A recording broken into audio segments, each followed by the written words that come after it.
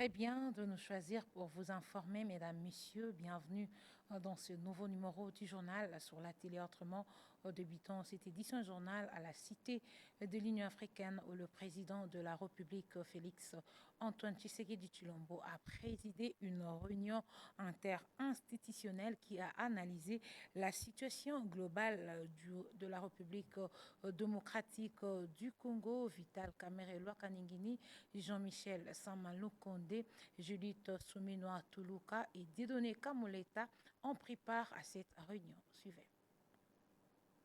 Les chefs de quatre institutions de la République, le président de l'Assemblée nationale Vital Kamerhe, du Sénat Samalou Condé, la première ministre Judith Souminoa et le président du Conseil supérieur de la magistrature, Dieudonné Kamoleta, ont tous pris part à la réunion interinstitutionnelle présidée ce jeudi 12 octobre à la Cité de l'Union africaine par le chef de l'État, Félix Antoine Tshisekedi Tshilombo. Ils ont débattu pendant plus de 3 heures autour de la première institution du pays garant de la nation des questions d'intérêt national relevant des domaines économiques, sociaux et sécuritaires.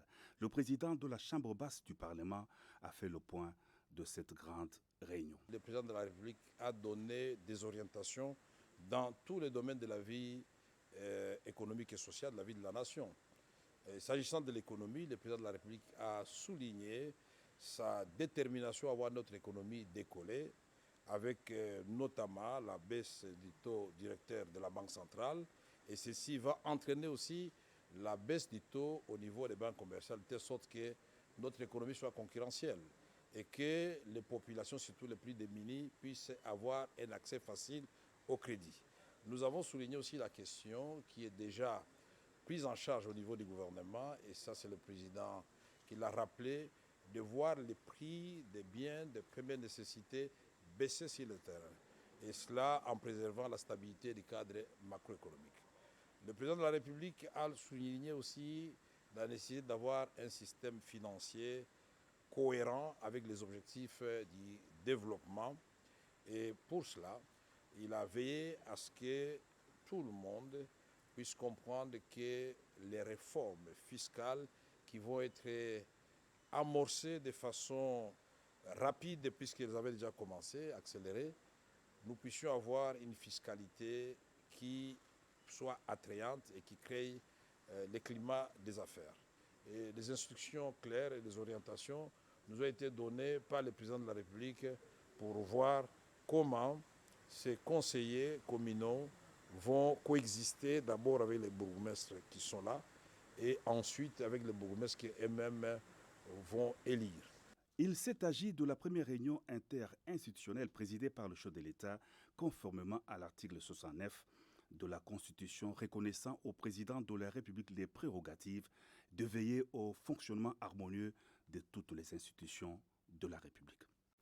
Le chef de l'État, Félix Tshisekedi, a accordé une audience au porteur du message de son homologue de l'Afrique du Sud concernant le renforcement de relations bilatérales sur le plan gouvernemental et politique entre la République démocratique du Congo et l'Afrique du Sud. Suivez. Au vu des résultats des dernières législatives, la République sud-africaine a pour la première fois de l'histoire un gouvernement d'union nationale, reçu ce jeudi à la Cité de l'Union africaine par le président de la République Félix Antoine Tshisekedi Tshilombo. L'envoyé spécial du chef de l'État sud-africain inscrit sa visite à Kinshasa dans le cadre du suivi de la dernière mission du président Cyril Ramaphosa dans la capitale de la RDC et de renforcement de relations bilatérales entre les gouvernements des deux pays. La raison de notre visite, is to continue to strengthen our relationship. c'est pour renforcer nos relations. Et puis aussi concernant certains points qui étaient discutés la fois passée lorsque le président sud-africain était de passage ici, pour que cela soit mis en musique pour renforcer les relations bilatérales entre les deux nations. Aussi bien le président Cyril, le président Félix Antoine Tshisekedi est fermement engagé. Comme vous le savez, aujourd'hui en Afrique du Sud, nous avons un nouveau gouvernement. Comme nous venons des élections justement, nous sommes vraiment décidés de faire en sorte que ce qui était conclu avec le gouvernement congolais soit vraiment mis en application. Et nous voulons que ça se fasse le plus rapidement possible. Pour l'envoyé spécial du président sud-africain, la commission mixte RDC-RSA devrait très bientôt se réunir pour la poursuite et le renforcement des accords de coopération entre les deux nations. Voici au Palais de la Nation où la coordination du Conseil national de la couverture santé universelle a réuni le secrétaire général du secteur de la santé pour réfléchir sur comment intégrer la prise en charge de la couverture santé universelle au niveau de fonctionnaires de l'État, la police nationale congolaise et les FRDC.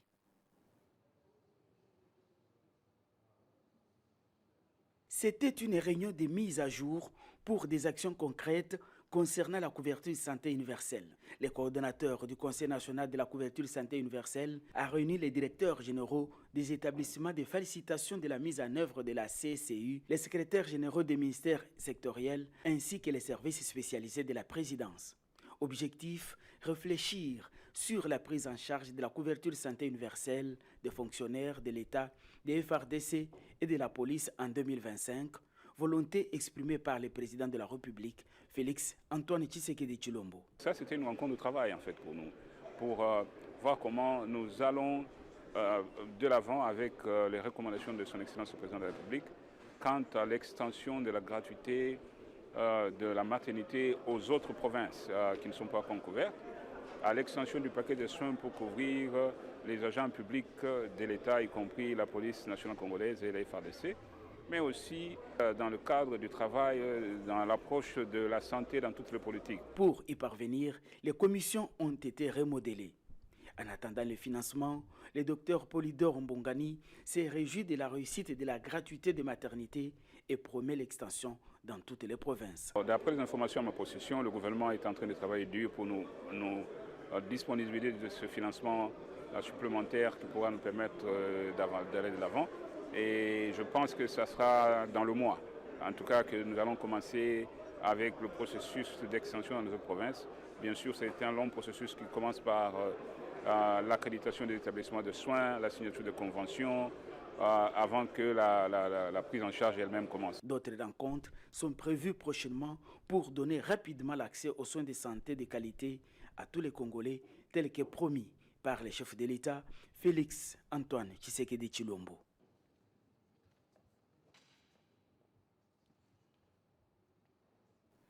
Direction la primature où la réunion du comité de conjoncture économique s'est tenue exceptionnellement le jeudi 12 septembre 2024 sous la direction de la première ministre Judith Suminwa Tuluka afin d'examiner la situation économique de la République démocratique du Congo. Si nous venons d'avoir notre réunion du comité de conjoncture économique hebdomadaire, exceptionnellement aujourd'hui jeudi, sous la conduite toujours de la Première ministre. Deux grands points se détachent dans les discussions d'aujourd'hui. Le premier point, c'est l'observation de la consolidation de notre cadre macroéconomique. Donc nous avons constaté que l'inflation continue à baisser pour la 4e semaine consécutive. Mais il y a aussi le franc congolais qui se consolide. À côté de ça, il y a la nouvelle sur la croissance qui s'affirme autour des 6%, ce qui est une bonne nouvelle. Mais comme vous pouvez le comprendre, nous n'allons pas nous satisfaire de ces résultats. Nous continuons les efforts, essentiellement sur la discipline budgétaire, mais aussi sur les grandes questions d'encadrement structurel, la diversification notamment. Et puis, il y a les grands programmes que vous connaissez des infrastructures, notre plan quinquennal. Donc, tout cela pour permettre à notre pays d'avoir un environnement encore plus susceptible de favoriser les investissements dont nous avons besoin pour notre développement. Aujourd'hui, nous avons encore parlé de la grande question de fraude dans nos frontières. Donc, ça, c'est encore un grand chapitre que nous allons attaquer. Et nous allons continuer à repousser la fraude pour nous permettre de poursuivre sur notre lancée. Le climat des affaires, il y a la feuille de route, une nouvelle qui est en phase de finalisation. Donc ça aussi, ça viendra renforcer toutes ces mesures qui vont nous permettre de faire encore de progrès et permettre à notre pays de continuer sa marche vers le développement. Rendons-nous cette fois-ci au Palais du Peuple. Le président du Sénat, Jean-Michel Samalou Condé, a échangé avec l'ambassadrice des États-Unis sur le lien d'amitié et de coopération entre le Sénat de la République démocratique du Congo et de pays et de l'oncle Sam. Suivez. Le président du Sénat, Jean-Michel Samalou Condé, a reçu en audience dans son cabinet de travail au Palais du Peuple l'ambassadrice des États-Unis d'Amérique, Lucy Tronlin, qui accompagnait la députée Brock Kidd. Plusieurs sujets ont été abordés au cours de leurs échanges, notamment le lien d'amitié et de coopération entre la République démocratique du Congo et le pays de l'oncle Sam, ainsi que le bon fonctionnement des institutions de la RDC. Au sortir de l'audience, Madame Lucy Tonlin s'est exprimée en ces termes. Voilà, c'était une visite de courtoisie. C'était pour envoyer les vœux d'amitié de la part des États-Unis, de notre peuple et nos institutions, et aussi de renouveler les liens de coopération avec cette institution. Bon, on a parlé de le calendrier législatif, les attentes de la population et les défis, mais aussi les opportunités pour la coopération américaine avec toutes les institutions. Cette visite de courtoisie et d'amitié s'inscrit dans le cadre de la coopération des institutions, mais aussi des opportunités pour la coopération entre USA et la RDC. Restons dans le couloir du Palais du Peuple où le président de l'Assemblée nationale, Vital Kamerhe Luakanyingini, a reçu le vendredi 13 septembre 2024 l'ambassadeur de la République arabe d'Égypte qui est venu lui remettre l'invitation de son homologue égyptien. L'Égypte sollicite un renforcement de la coopération parlementaire avec la République démocratique du Congo. Le vendredi 13 septembre 2024, le président de l'Assemblée nationale, le professeur Vital Kamerhe, s'est entretenu avec l'ambassadeur de la République arabe d'Égypte, Hicham Adel Salam, qui est venu lui remettre l'invitation de son homologue égyptien, Dr Hanafi Gebali, président de la Chambre des représentants. C'était pour donner à son Excellence l'invitation de son homologue égyptien, une invitation pour Monsieur le Président pour visiter l'Égypte autant qu'il lui convient avec une délégation de l'Assemblée nationale. Bien sûr, réceptif et très positif pour cette invitation et on a eu aussi le temps de discuter un peu sur les relations bilatérales entre nos deux pays qui sont à un niveau excellent et stratégique.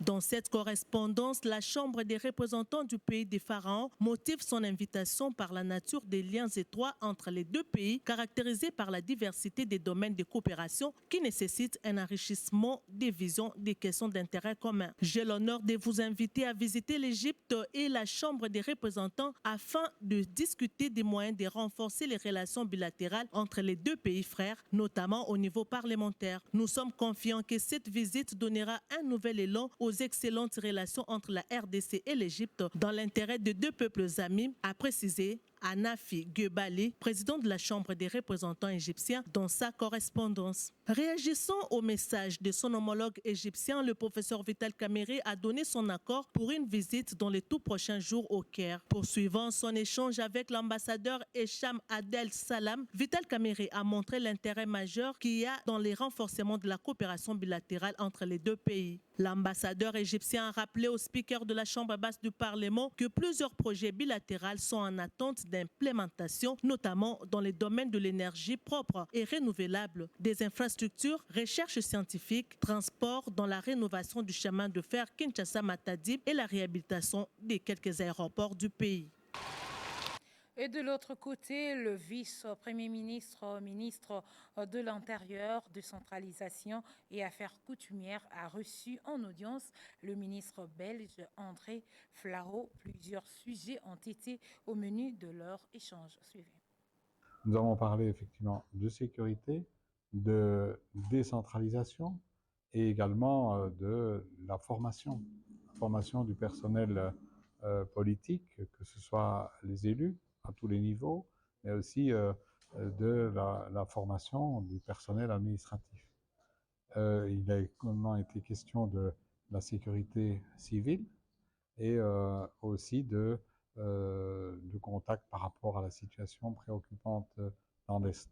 Mais comme vous le savez, ma visite ici, elle vise surtout à faire témoignage à mon retour en Belgique que les choses bougent dans un bon sens avec des responsables aux différents niveaux de pouvoir qui ont cette volonté de faire bouger les lignes, comme on dit, dans un sens positif et pour apporter des solutions, même quand des crises se produisent.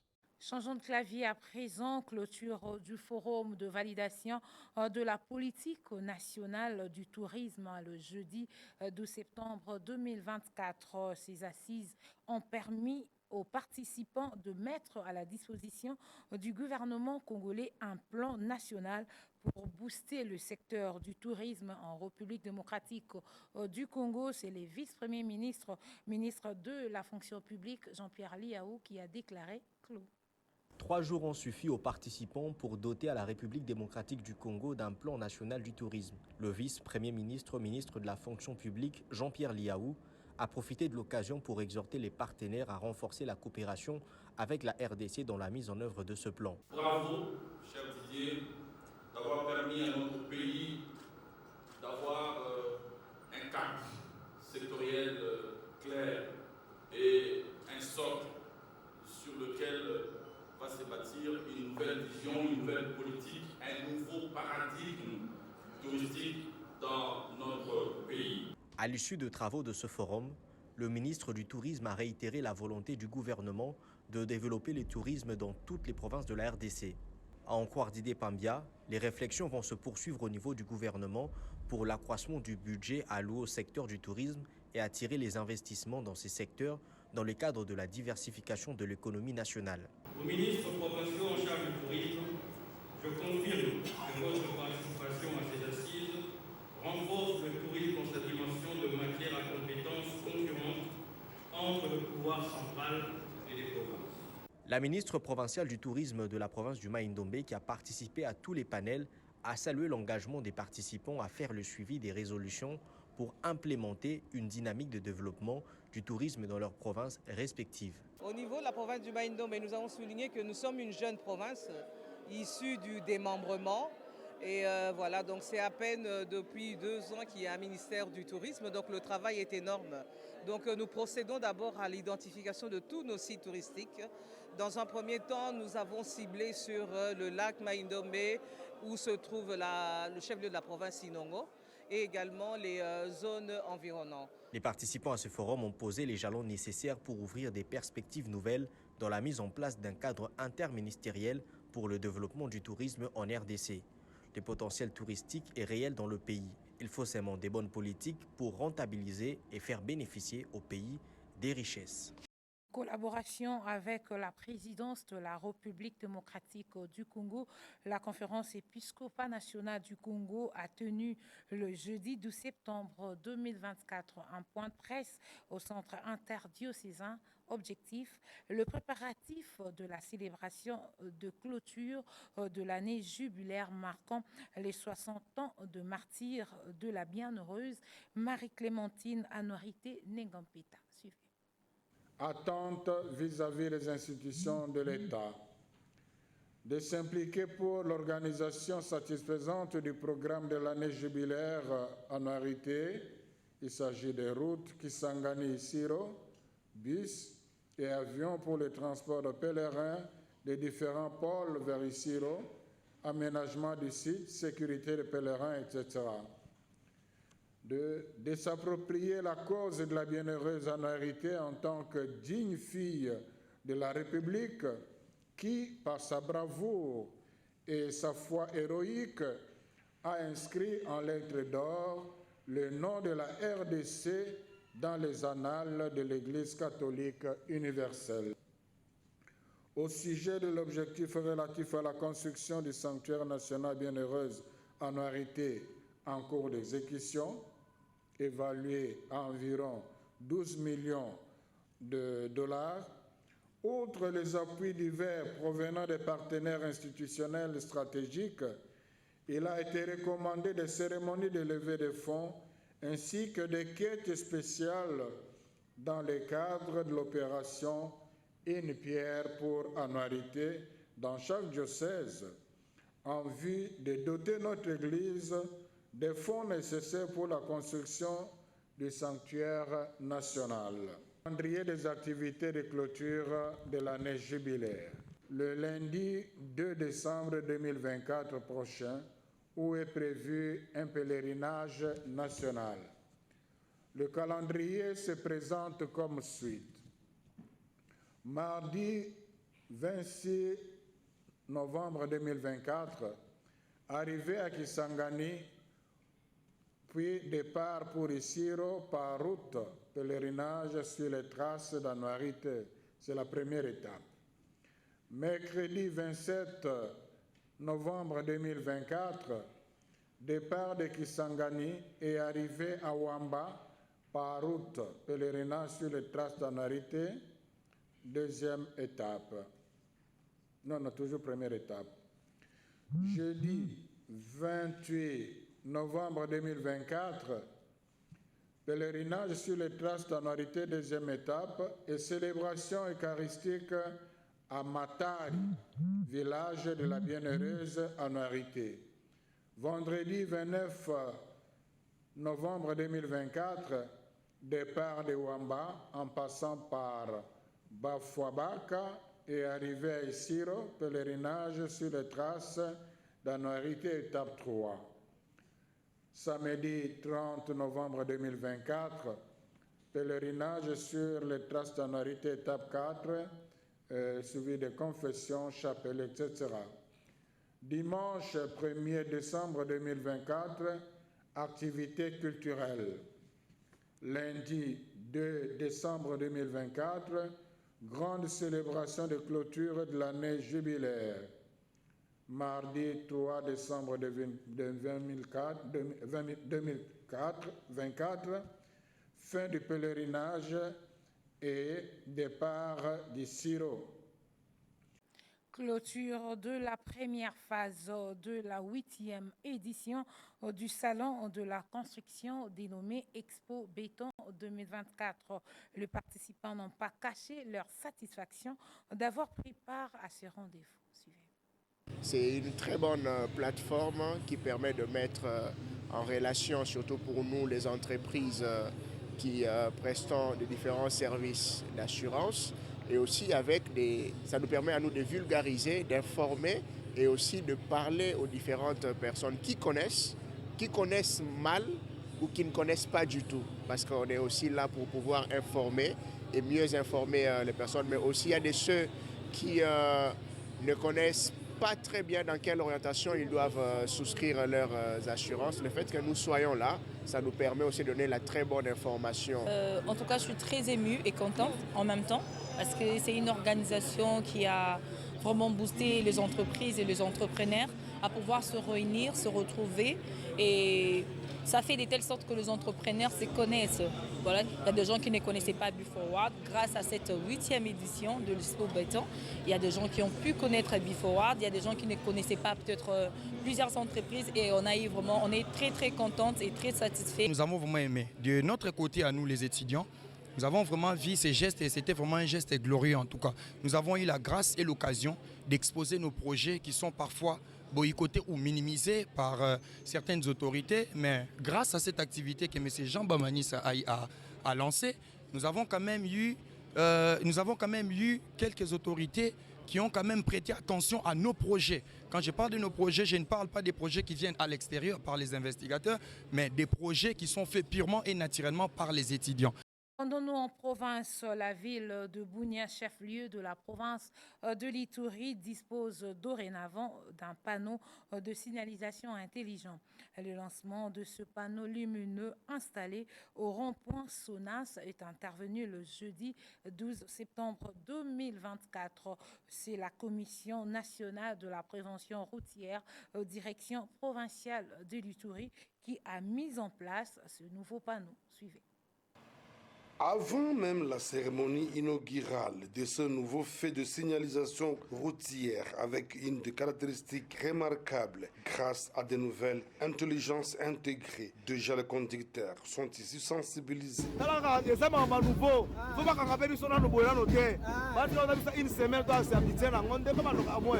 La directrice provinciale AI de la Commission nationale de la prévention routière s'est dite satisfaite de l'aboutissement de ce projet. Grâce à l'autorité de l'État de siège, moderniser cette signalisation et appliquer la manière à faciliter les compréhensions aisées des signaux par les usagers de la route.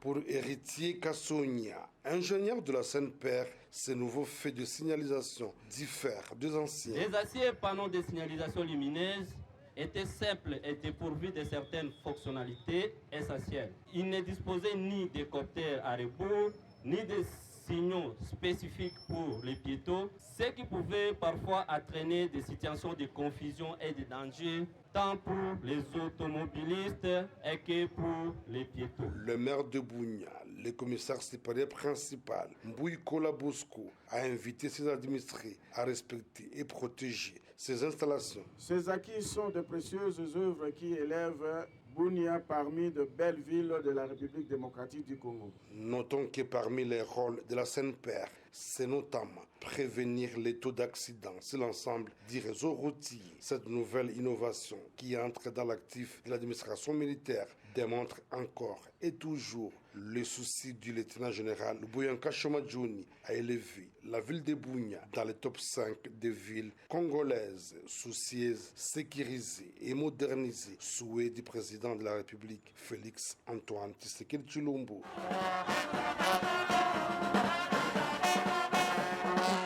Revenons à Kinshasa. Le parti politique de démocrates pour la bonne gouvernance a procédé à l'adhésion de maîtres avocats ce vendredi 13 septembre 2024 à leurs sièges respectifs situés dans la commune de Kassavubu en présence du président interfédéral Eric Soukari. Matemutombo était là pour le compte d'Amen Télévision. C'est une journée pas comme ordinaire au siège du parti politique, Parti des démocrates pour la bonne gouvernance, dirigé par l'ancien ministre des Affaires sociales Modeste Mutinga, que les hommes en droit, c'est-à-dire les avocats des formations et des professions, sont venus au nombre de 4 personnes adhérées au Parti des démocrates pour la bonne gouvernance dans un climat de sérénité et de convivialité. Eric Soukari, président interfédéral du parti politique et PDG de la ville de Kinshasa, a au cours de l'adhésion de ses avocats expliqué à la lettre que la série d'adhésions poursuit son bonhomme chemin pour redynamiser ce parti politique en tout et pour tout. Sourire aux lèvres, le président interfédéral de Kinshasa promet dans les jours à venir qu'un autre groupe de médecins viendront également à son tour adhérer au PDG. Question de mettre en avant-plan les stratégies de l'intérêt du parti dans le but d'obtenir gain de cause dans les jours à venir sur les questions politiques de l'ère. Il est important de noter que la députée nationale Marie-Kate Mutinga, présidente nationale du Parti des démocrates pour la bonne gouvernance, ne ménage aucun effort pour rendre le parti politique dynamique, capable de répondre aux attentes de ses paisibles membres et militants. Fin de cette édition journal, mesdames, messieurs, merci de l'avoir suivi. Au revoir.